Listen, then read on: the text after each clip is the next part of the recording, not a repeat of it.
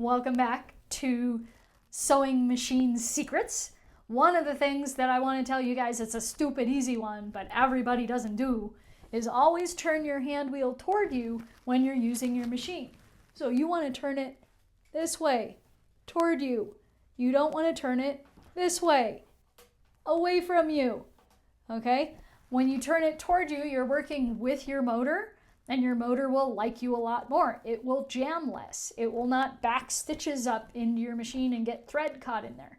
You're turning it toward you when you're using your hand wheel, then you're working with what the motor's already doing, and it'll help prevent a lot of jams. So remember, if you're moving your needle up or down, always turn it toward you. Even if your needle goes the wrong way at first, it keeps going down before it goes up, turn it toward you.